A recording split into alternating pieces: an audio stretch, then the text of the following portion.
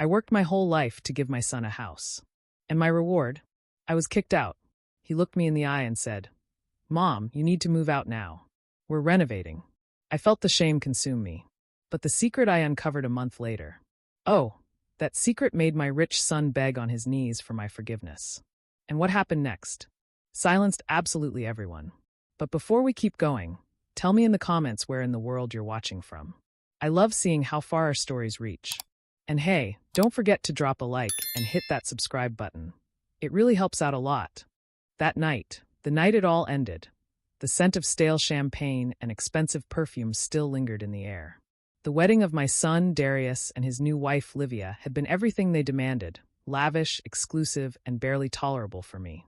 I'm Beatrice, 55 years old, and I confess I was foolish enough to believe that evening was a celebration for my family, a culmination of 30 years of sacrifice. 30 years. That's how long it had been since my husband, Roland, died suddenly. He left me with a baby boy and a mountain of medical bills. I swore then and there that Darius would never want for anything, especially a stable home. I worked 3 jobs, cleaning offices before dawn, answering phones during the day, and baking cakes at night. Also, I could buy and eventually pay off the beautiful 4-bedroom colonial house. The house, my house, was Darius's graduation gift, with the deed placed squarely in his name. It was the ultimate expression of maternal love. I thought it was my legacy. But now, sitting awkwardly on the edge of the antique sofa, the one Roland and I picked out, I knew it was just an asset in Livia's eyes. Livia, all sharp angles and colder eyes, stood next to Darius, her diamond ring flashing. Darius, my handsome 30-year-old son, who had promised me I'd have my suite until the end of my days. "Mom," Darius began, but it was Livia's tone in his voice, smooth, final, and devoid of warmth. "We need to talk about the house." "Oh, darling, I know. It needs a little painting, but I've got some money saved up," I started, ready to offer. Livia cut me off with a patronizing chuckle. "No, Beatrice. We mean renovating. A total overhaul. Walls are coming down, and the entire east wing, your suite, is being converted into a modern media center." I felt a chill that had nothing to do with the air conditioning. A media center? But where will I stay during the construction? I can take a small apartment for a few weeks, of course. Darius shifted his weight, avoiding my gaze. "That's the thing, Mom. The architect said this is going to be extensive. 6 months, maybe a year. It's a lot of dust, a lot of danger. Frankly, it's not safe for you to live here anymore." "He means," Livia chimed in, her voice dripping with artificial sweetness, "that you need to move out. Permanently."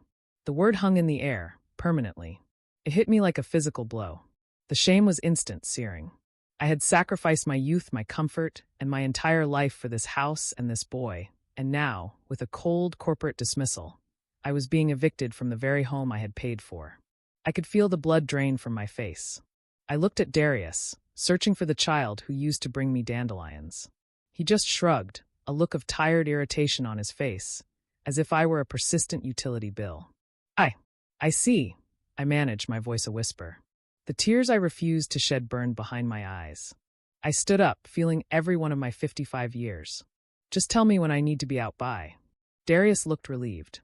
"We were hoping by the end of the week. The crew starts Monday." I nodded slowly, trying to keep my dignity intact. I wasn't going to cry in front of Livia. I walked slowly to the small, mahogany desk in the den, where I kept the safe deposit box keys. I needed to pack. But before I did anything else, I retrieved the small, folded copy of the house deed, the one with the original signatures. I had to look at it one last time, a physical reminder of the monumental mistake I had made. It was a foolish, emotional reaction, but it turned out to be the smartest thing I had done in years.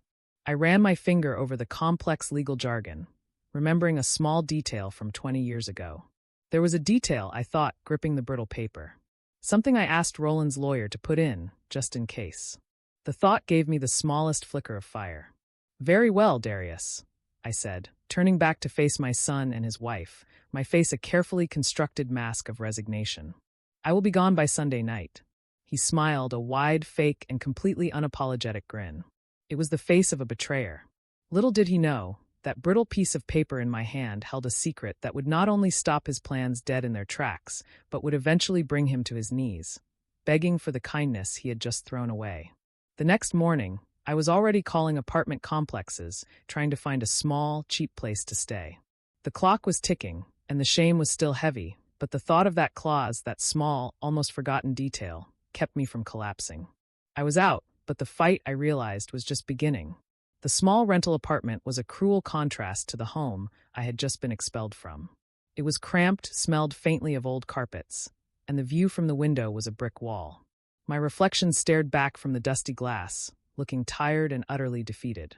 The days immediately following the expulsion were a blur of boxes and profound loneliness. I felt like a failure, not because I was poor, but because my 30 years of selfless mothering had resulted in such brutal ingratitude. I kept asking myself, where did I go wrong? Was I too generous? Did I teach Darius that love was synonymous with material wealth? The grief was a constant companion, but I refused to let it turn into paralysis. I had to find a way to live, to move forward with dignity. And then there was that deed. That flimsy, folded piece of paper I'd shoved into the bottom of a packing box. One afternoon, unpacking a box of my late husband Roland's old tax documents, I found the original paperwork from when the house was purchased and gifted to Darius. And there it was, the memory clicked into place. Years ago, before Darius even turned 18, Roland and I had met with our lawyer to discuss the best way to handle the house as an asset transfer to the child, which Roland insisted upon. Roland was a practical man, and he knew how messy things could get. "Beatrice," he'd said to me then, "if the boy ever marries an ambitious woman, or if he forgets where he came from, we need a mechanism to protect you. And the asset itself." We settled on a complex arrangement. I wasn't just signing the house over. I was creating a right of repossession clause, disguised within a usufruct arrangement and a cross-transfer condition. It was meant to protect me in case of a divorce, but our lawyer had also worded it specifically to be triggered if the current owner, Darius, were to forcibly remove the original benefactor, me, for the sole purpose of liquidating the asset. It was complicated, messy, and probably cost Roland a fortune in legal fees, but it was there. And Darius, in his excitement to sign for his first rich property, had never bothered to read the fine print. I straightened my spine, grabbing my coat and the crinkled deed. I had to know if the clause was still active and enforceable. I drove across town to the county's deed and land registry office, a massive, gray building that smelled of old paper and dust. I waited for an hour before a clerk, a kind-faced woman named Fiona, called my number. I laid the old deed copy on her counter. "I need to check the current status and legal restrictions on this property," I told her, trying to keep my voice steady. Fiona nodded and typed the address into her system. She scrolled for a moment, then frowned, her finger tracing a line on the screen. "Oh my, this is unusual, ma'am." My heart hammered against my ribs. "What is it? Is the original document gone? Has it been overwritten?" Fiona shook her head. "No, the deed is current and in the name of Darius. But there's a significant, recorded covenant from the original transfer date. A conditional usufructuary interest," she read, pausing to look up at me. "It states that the right of sale, lien, or transfer by the named owner is nullified if the original benefactor, that's you, Beatrice, is physically excluded from the property for more than 30 days, unless compensation equal to the current market value is paid, or the exclusion is for medical necessity. And the 30 days are almost up." The shock was overwhelming. It was still there. Roland's wisdom had saved me. Darius hadn't just kicked out his mother. He had put a legal time bomb under his own investment. Fiona explained that this clause meant the property was essentially unsellable, untransferable, and unmortgageable until the clause was either legally resolved, which would take years in court, or voluntarily signed away by me. I gripped the edge of the counter, my knees suddenly weak. "So he can't sell it?" Fiona looked sympathetic. "Not without a protracted court battle he'd likely lose, or your written consent. This is a very tight covenant, Beatrice. Whoever drew this up was very, very smart." My mind raced. Darius and Livia's renovation was set to start on Monday. They needed that house sold. They must have already lined up a buyer, probably making other investments based on the anticipated profit. And I held the final card.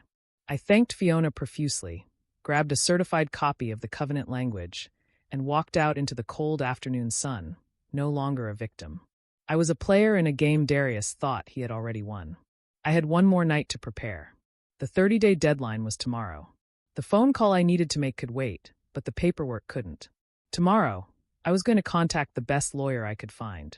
The following morning, I was sitting in my cramped apartment, clutching the registry documents, when I saw it. I was scrolling through the local online classifieds, a habit from my days of juggling multiple jobs, and there was a glossy photo of the colonial house. My colonial house. The listing was headlined, "Prime Investment Opportunity, Newly Vacated Colonial Ready for Luxury Renovation." The description boasted about the desirable neighborhood and the potential for immediate high-yield turnover. There was no mention of a 6-month renovation. It confirmed everything. Darius and Livia had lied to my face, not to protect me, but to expedite the sale. They had timed my removal precisely, so the house could be listed immediately, clearing the way for their profit. The sheer greed made my stomach clench. The name on the listing was Harrison, a local, well-known realtor. I immediately called the number, pretending to be an interested buyer. I learned that the listing had been active for nearly a week, and they had a primary offer that was nearing completion. Darius and Livia were mere days away from their payday. This was the moment I stopped mourning and started strategizing. The goal was no longer reconciliation, it was education. They needed a lesson in respect and gratitude, and I was going to be the teacher. I immediately called the number I had researched the night before. Mr. Sinclair, a high-powered property rights attorney known for his meticulous defense of tricky contracts. Getting an appointment took all the savings I had left, but I didn't hesitate.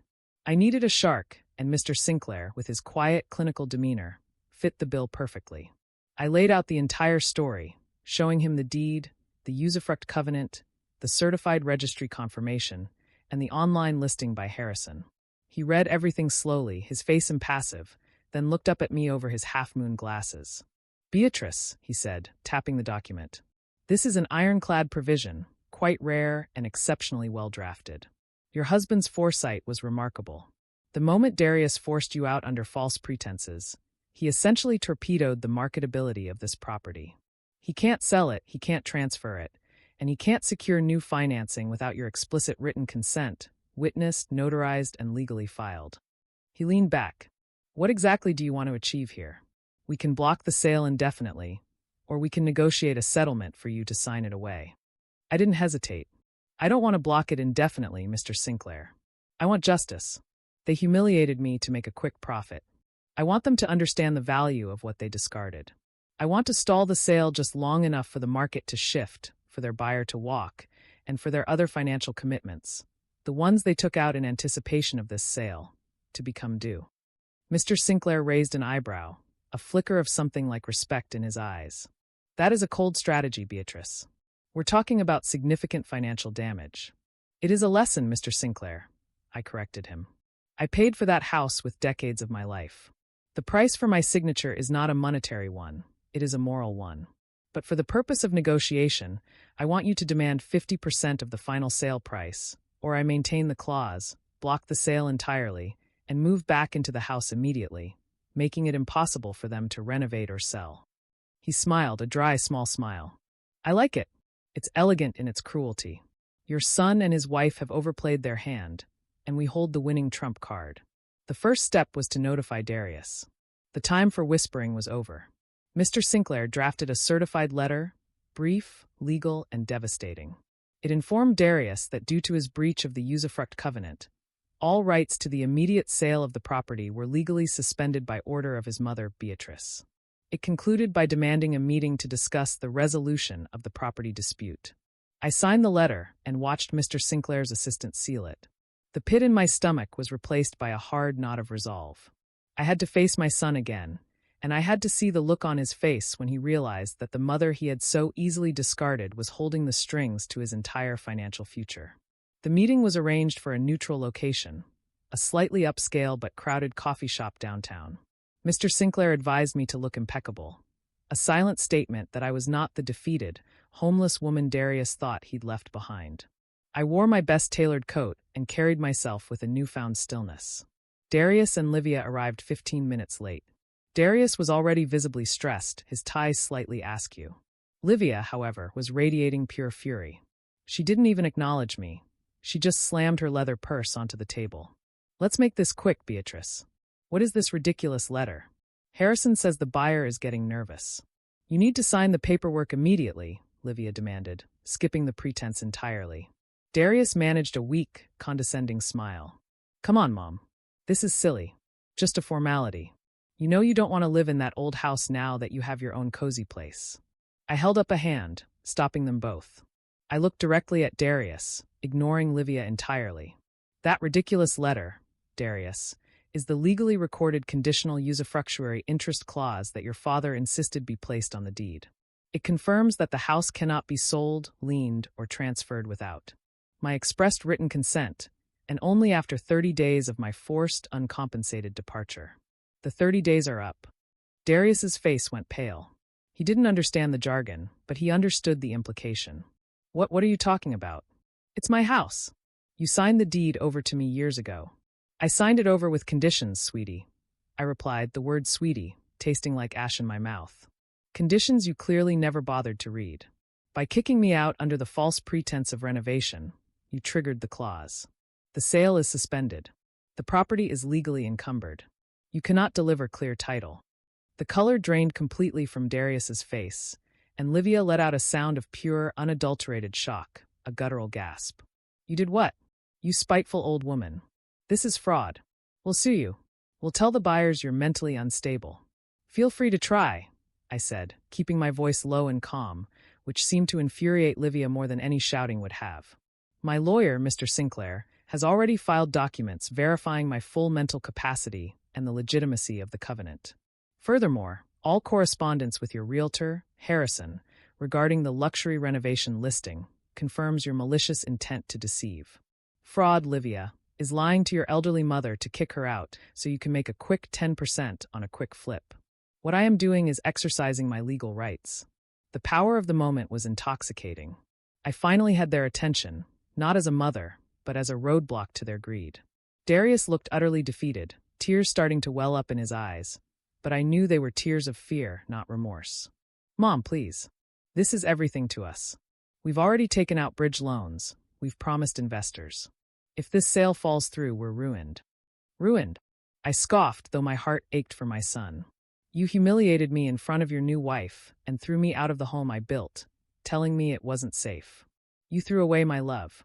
Ruin is finding yourself homeless at 55. You have options. I had none. I pushed a document across the table. Here is the resolution. I will sign away the covenant, allowing the sale to proceed, and you can give clear title to your buyer. In exchange, I require 50% of the final sale price to compensate me for the years of mortgage payments and the emotional distress of being forcibly evicted. Divya snatched the paper, tearing it in half. 50%? Are you insane? You will get nothing. Absolutely nothing. Darius, finally seeing the reality, grabbed Livia's arm. Livia, stop. We need this. We need to negotiate. There is no negotiation, I stated, standing up. It's 50%, or I instruct Mr. Sinclair to file a permanent injunction against the sale. And then, Darius, you can explain to your investors why the property they financed is legally useless. I gathered my purse. Call me when you have something serious to discuss.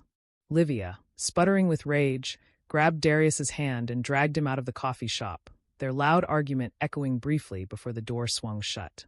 The last thing I saw was Livia hissing something venomous in his ear, pointing back toward me. I knew then that they wouldn't agree easily, but they also couldn't afford to walk away. They would try to find a loophole, a way to contorno me. I smiled slightly to myself. They wouldn't find one. Roland had made sure of that. Returning to my small apartment after the confrontation was strange. I felt a surge of cold power, but beneath it, the deep, familiar ache remained. Every day that passed was another day I successfully stalled their greed. But it was also another day I spent estranged from my only son. I had won the legal battle for control, but I was still losing the war for my family. I was patient. Mr. Sinclair had advised me that the leverage was time. Darius and Livia had overleveraged themselves.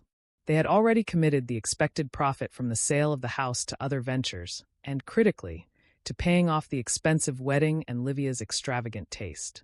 The original buyer, through Harrison, was getting increasingly agitated. Darius started calling. First, the calls were angry. He would scream, accusing me of cruelty and trying to destroy his life. I would listen quietly for a minute, then simply say, "When you want to talk about the love you threw away, call me back. Until then, you can speak to Mr. Sinclair." and I would hang up. Next, the calls became desperate, but still entirely self-serving. Mom, please. I can give you 10%. 20%. We're going to lose everything if the buyer walks. He was imploring, but the desperation was focused on his balance sheet, not on the humiliation he had inflicted. He still didn't understand the lesson. I instructed Mr. Sinclair to stand firm on the 50% demand. He was a stone wall. He gently reminded them in emails that they were legally free to move back into the house and resolve the usufruct covenant by allowing me access to the east wing. But that would mean canceling the sale and ending their renovation fantasy. The months dragged on. The property sat, stuck in legal limbo. The beautiful photos on Harrison's listing started looking stale. I often checked the listing. The price would drop slightly, then jump back up, a sign of Darius and Livia panicking and trying to appear firm. I knew the stress was eating them alive. One evening, I received a voicemail, not from Darius, but from Harrison, the realtor. He sounded frantic. "Mrs. Beatrice," Harrison's voice was strained. "You need to talk to your son. He is being impossible. Our primary buyer, Mr. Chun, is pulling out. He's tired of waiting for the clear title. This is a tragedy. We had a fantastic price locked in. If he walks, we'll have to drop the price by at least 20% to find another investor, and the new investors won't be as patient as Mr. Chun was." The news was bittersweet. I felt a pang of victory. The leverage was tightening. But I also felt a hollow emptiness. Darius was spiraling. He was about to lose the highest possible payout for the property. Yet, even facing disaster, he had not once offered an apology that wasn't followed by a demand for my signature. I called Mr. Sinclair. "The buyer is walking. The price is about to drop significantly. The trap is about to spring, Mr. Sinclair. We are reaching the point of no return."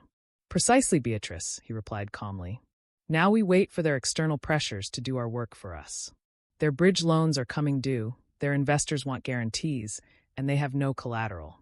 The house is worthless to them without your signature, and time is their enemy. Let them feel the fear they inflicted on you." I knew he was right. My son's greed had created a catastrophic domino effect. I was just the finger pushing the first domino. Soon, the entire structure he and Livia had built on my sacrifice would come crashing down. I hung up the phone, looking out at the brick wall of my apartment. I was waiting for the crash, praying that Darius would survive it, and maybe, just maybe, learn to fly again without Livia's heavy material baggage. The next few weeks, I knew, would be explosive. The explosion happened faster than I anticipated. The financial walls came tumbling down not in weeks, but in days. Livia was the catalyst. Desperate and realizing I wouldn't budge on the 50%, she attempted a desperate, final legal maneuver. Mr. Sinclair. Received a court summons. Livia and Darius were petitioning the court to declare me mentally incapacitated, claiming my insistence on the usufruct clause and the 50% demand was evidence of irrational behavior brought on by age. The nerve. The sheer audacity. It was repulsive, but it was also the final, necessary trigger. Mr. Sinclair, who had been expecting this, filed his counterclaim instantly. It included a recent, comprehensive psychological evaluation, which I had secretly completed, a detailed breakdown of Darius and Livia's financial commitments made before the sale was finalized, and a clear timeline demonstrating that their removal of me was directly correlated with the listing of the house by Harrison. He presented their petition as a malicious attempt to commit elder abuse and financial fraud. The judge, wisely, tossed their petition out immediately and threatened sanctions. The shame was public, though small, a notation in court records. But the damage was done. The legal fees, the time lost, and the public attempt to bypass the covenant scared off the last potential buyer. The primary investment buyer was gone. Then came the domino effect I had been waiting for. Darius and Livia had taken out a high-interest bridge loan secured by the expected equity of the sale. That loan was now due. They had also refinanced the house at some point, despite my original full payment, leveraging the property to its hilt under Darius's name. Without the sale money, they couldn't service the debt. One afternoon, I read the headline in the local financial section. It wasn't about me, it was about the property. The house was now slated for a forced public auction by the secondary creditors, the mortgage lender and the bridge loan company. They had moved aggressively to recoup their losses. Darius and Livia had officially lost the house, not to me, but to their own unsustainable greed. I felt no satisfaction. I only felt a heavy, crushing ache, the pain of a mother watching her child crash. My purpose was to teach him the value of dignity, not to destroy his life. But he had been driving so fast, and Livia was his reckless passenger, that the destruction was inevitable. The house was sold for less than half the initial asking price, enough to barely cover the existing leveraged debts. Darius and Livia walked away with nothing but the clothes on their backs and a mountain of legal and personal debt. The next few weeks were quiet. My friends and neighbors didn't know the specifics, only that I was living alone and Darius was in financial trouble. The silence was deafening. I imagined Darius and Livia, forced to move out of the very house they had thrown me out of. I wondered where they were, what they were doing. I knew the marriage wouldn't survive this level of financial disaster, as it was built on a foundation of dollar signs, not love. My pity was growing, but my resolve to keep the distance remained firm. He had to hit rock bottom and find his own way up. The lesson wasn't complete until he genuinely realized what he had lost, his family. Then the first tentative sound broke the silence. My phone rang late one night. It was an unknown number. I almost didn't answer, but something compelled me. I picked up. "Hello." A raspy, broken voice on the other end answered. "Mom, it's Darius." He didn't sound like the arrogant, demanding man I had confronted at the coffee shop. He sounded utterly shattered. My heart lurched, ready to forgive, ready to run to him. But I held back. The lesson wasn't over. Darius's voice on the phone was the sound of a hollowed-out shell. It was the first time in months he hadn't asked about the house or the money. He just wept. I don't know where to go, Mom," he choked out. "Livia left. She took everything she could, and I owe everyone. I slept in my car last night. I'm sorry, Mom. I'm so sorry for what I did to you." My hand was shaking as I held the receiver. My first instinct, the primal maternal urge, was to tell him to come straight to my apartment. I wanted to feed him, bathe him, and tuck him into bed like I did when he was 5. But I gripped the counter and fought it back. If I saved him now, I would only be enabling the next disaster. He had to earn his way back, not just to stability, but to my heart. "Darius," I said, my voice firm but quiet, "I can't hear your apology if it's wrapped up in your financial situation. You threw away my life's work. You have to understand that the deepest loss wasn't the house. It was the trust. Did you call me because you need a place to sleep, or because you regret your actions?" He paused, a ragged inhale on the other end. "Both. But I regret what I did. Seeing Livia throw me away the minute the money dried up. It made me realize how much you gave, and how little I valued it." "That's a start," I conceded. "But I can't fix this with a check or a spare room, Darius. You need to rebuild yourself, not just your bank account." I hung up, gently but firmly. The silence that followed was heavy with anticipation. I knew he was coming. I knew he was desperate. And he did. Hours later, there was a tentative knock on the cheap metal door of my apartment. I looked through the peephole. It was Darius. He was unkempt, his clothes wrinkled, and his expensive shoes were scuffed and dirty. He looked like a stranger, a 30-year-old boy who had finally run out of his mother's money. I opened the door only halfway, blocking the entrance. The shame in his eyes was palpable. He looked up at me, and his knees buckled. "Mom, please," he whispered, tears streaming down his face, genuine tears this time. He was kneeling on the welcome mat of my cheap, rented apartment. "I've ruined my life. I'm nothing. I need your help. Not your money, Mom.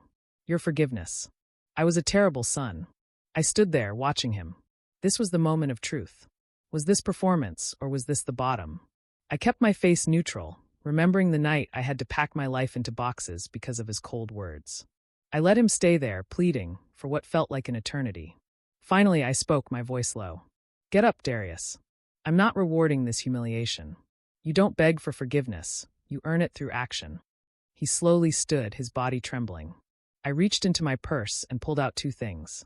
The first was a business card for a community shelter and job placement center, where I did volunteer work. The second was a handwritten address for a construction company known for hiring people down on their luck. "I'm not taking you in," I said, handing him the cards. "You need to earn your dignity back, Darius. Go to that center. Get an honest job. Start rebuilding your life from zero. And don't you dare come back here until you understand what it truly means to lose everything, and then work to earn it back." He took the cards, his fingers brushing mine. He didn't argue. He didn't plead. He just nodded, the cards clutched tightly in his hand. "Thank you, Mom," he said, his voice raw. "I understand." He turned and walked away, disappearing into the dark city street. He was on his own, finally, taking the first step toward redemption. I watched until he was gone, then closed the door and leaned my head against it, tears finally falling. The hardest part of being a mother, I confessed, was knowing when to let them fall so they can learn to stand up straight. The ensuing silence was different this time. Before, it was the silence of rage and alienation. Now it was the silence of growth, his and mine. I had no idea if Darius was using the contacts I gave him, or if he was still sleeping in his car. I deliberately avoided checking the center where I volunteered, giving him the space he needed to fail or succeed on his own terms. I had cut the cord, and the pain of severance was finally starting to dull. I focused on my own life. My small apartment started to feel like a home. I joined a weekly book club, volunteered more at the shelter, and found a fulfilling part-time bookkeeping job that provided a simple, honest income. I had peace. It was a life built on a foundation of dignity, not dependent on the whims of a spoiled child. Then a surprising letter arrived. It wasn't from Darius or Mr. Sinclair. It was from the new owner of the colonial house, the one who had bought it at auction, Naomi, the young physician. "Dear Beatrice," the note read, "I hope you don't find this too intrusive, but I understand you were the original owner and the person who created the beautiful rose garden in the back. I am completely overwhelmed by it and don't know how to care for it. I would be honored if you would consider coming for tea and giving me some advice on its upkeep. You can see your hard work is in good hands. Naomi." My heart softened instantly. The rose garden was my passion, the last physical connection to Roland and the happy years in that house. I accepted. Driving up to the house a week later was a momentous occasion. It was still the same colonial, but Naomi had painted the front door a beautiful, welcoming blue. She was kind and sincere, and the house felt loved, not just treated as a portfolio asset. I spent 2 blissful hours walking through the garden, talking about soil, pruning, and the correct blend of compost. The pain I had associated with the property was slowly replaced by appreciation. I saw that my former home was now a source of comfort for someone else, and that brought me peace. As I was saying my goodbyes to Naomi at the curb, I saw him. Across the street, down the block, a small crew was working on the foundation of an old Victorian. One of the men, covered in dust and sweat, his face smudged, looked familiar. It was Darius. He was hauling heavy cinder blocks, his movements slow and deliberate. He was doing hard, honest manual labor. He didn't see me initially, but as I got into my car, he straightened up to wipe the sweat from his brow. His eyes met mine across the distance. There was no desperation, no arrogance, no shame, just quiet recognition. He didn't drop the block, he didn't run over, and he didn't call out. He gave me a simple, tired nod, the kind one laborer gives another at the end of a long day, a nod that said, "I'm working. I'm earning this." Then he immediately turned back to his work. That silent, honest gesture spoke volumes. It told me he was using the card I gave him. It told me he had swallowed his pride and was starting over humbly. It was the truest apology I had received so far. He was learning the value of a dollar earned and the weight of a cinder block. I drove away, a slow, gentle smile forming on my face. My son was broken, but he was mending. The lesson of the cold vengeance was yielding the warmth of genuine self-respect. I knew the next time we spoke, it would be different. I was ready for that conversation. I was ready for the slow, meticulous process of rebuilding our relationship, brick by painful brick. Another 6 months passed. I still saw Darius occasionally across town, usually on a construction site, his body stronger, his face weathered, but his eyes clearer. I never stopped to talk. I simply observed his progress from a distance. The silent acknowledgement was enough. He was proving himself to me without even knowing he was being watched. The next encounter was deliberate. I was volunteering late at the community shelter, helping to organize a food drive, when the kitchen manager came over. "Beatrice, can you help me with this delivery? Darius usually handles this, but he's gone for the night." "Darius?" I asked, trying to sound casual. "Yeah, Darius. He's a lifesaver. Started out a year ago mopping floors. Now he's running the evening meal prep. Hardest worker we've got. We're glad he decided to rebuild his life here." The flood of maternal pride was overwhelming. He was not only working honestly, but he was also giving back. I waited. The following Tuesday, I arrived for my shift early, knowing Darius would be there. I found him in the storage room, counting inventory. He was no longer the desperate man at my door. He was a focused, capable employee. He looked up and saw me. This time, there was no shame, only humility and a deep, quiet respect. He put down his clipboard and walked toward me. "Mom," he said simply. "Hello, Darius," I replied. "The manager says you're doing excellent work." He ran a hand over his short hair. "It's honest work, Mom. It's what I needed. I lost everything, but I found out that everything wasn't in the bank. It was right here." He gestured vaguely toward the shelter. We stood in silence for a moment. Then, Darius did the one thing he hadn't fully done before. He didn't talk about his pain or his loss. He talked about mine. "I am so sorry for what I did to you, Mom," he whispered, his eyes moist.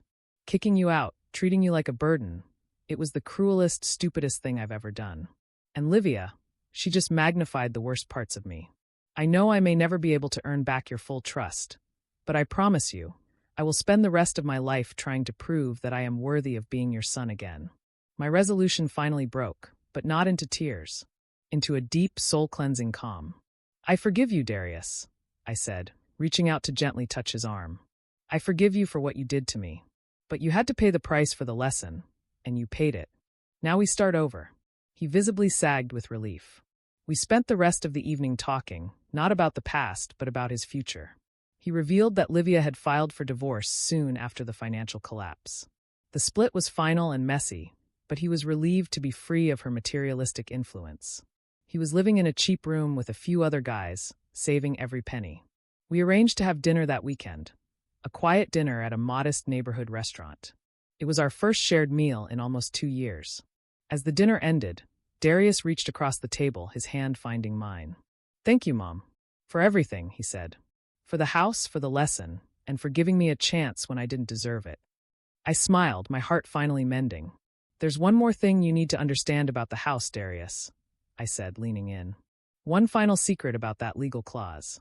It's time you knew the whole truth of what happened and how you actually walked away debt-free." Darius looked at me, his brow furrowed. "The clause? But Mr. Sinclair said it only blocked the sale until the creditors took over." "That's what he told you and what he told the court," I clarified. "But the clause was more complicated than even Mr. Sinclair initially let on. Remember I told you I wanted protection from an ambitious wife? Your father, Roland, made sure it worked both ways. The full right of repossession clause had a hidden trigger. If the property was sold by you and Livia, or if you were forcibly removed from it, the full sale value was to be held in an escrow trust for my benefit.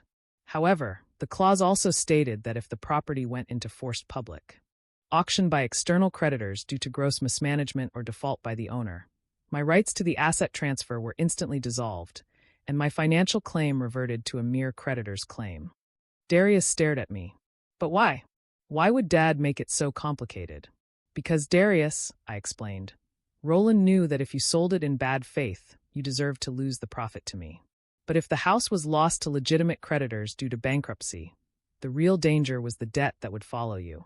So, when the auction happened, Mr. Sinclair's primary, quiet goal wasn't just to watch you lose the house. It was to ensure that the auction price, low as it was used to completely pay off your outstanding debts. The bridge loans, the second mortgage, everything. The full payout from the auction went straight to the creditors. Your financial slate was wiped clean, giving you the ability to start over without a mountain of debt dragging you down." The shock on his face was immediate. I'm not bankrupt. I'm debt-free." "You are debt-free," I confirmed. "The house sale covered your massive debt, thanks to the way your father structured the initial transfer. You lost the house, but you didn't lose your future. That was your father's final gift. And mine was ensuring the lesson was learned before you received the benefit." Darius broke down right there in the restaurant. These were tears of pure relief and gratitude. He finally understood the depth of the betrayal versus the depth of his parents' love. "I don't know how to repay you, Mom," he choked out. "You already have," I said, squeezing his hand. "With hard work and humility." Now came the final act of ultimate justice, a polemic ending that cemented the lesson of earning love and respect. "I have one final condition," I stated, pulling a document from my purse, the title to a small, modest condo apartment a few blocks from my rental. "I bought this today," I told him. "It's enough for one person, near your job, and it's a fresh start." Darius's eyes lit up. "Mom, I can't. I can't let you do this after everything I put you through." "You won't," I said gently. "You will sign a lease agreement. The ownership remains firmly in my name, my final security blanket, my usufruct for my own peace of mind. You will pay me a small, symbolic rent every month, proving you can manage your money and provide for yourself. This is not a gift, it is a long-term, conditional loan of trust. You can live there and rebuild your life, but you will never again mistake ownership for entitlement. Darius looked at the contract, then back at me. He smiled, a genuine, humble smile, the first true one I had seen in years. "It's a deal, Mom," he said, nodding. "I'll pay the rent, and I will be the best tenant you've ever had." And that was the end. I returned to my quiet, dignified life in my small rental, richer in spirit than I had ever been in that big house. Darius moved into the condo, now paying rent to his mother, happily earning his keep. He had been expelled from the easy life, expelled from my heart, but through hardship and repentance, he finally earned his way back to the only place that truly mattered, his family. He understood that wealth can be lost and rebuilt, but dignity and a mother's love are priceless. And the greatest secret was that I had controlled the outcome the whole time, forcing him to learn the hard way so he could finally be truly free.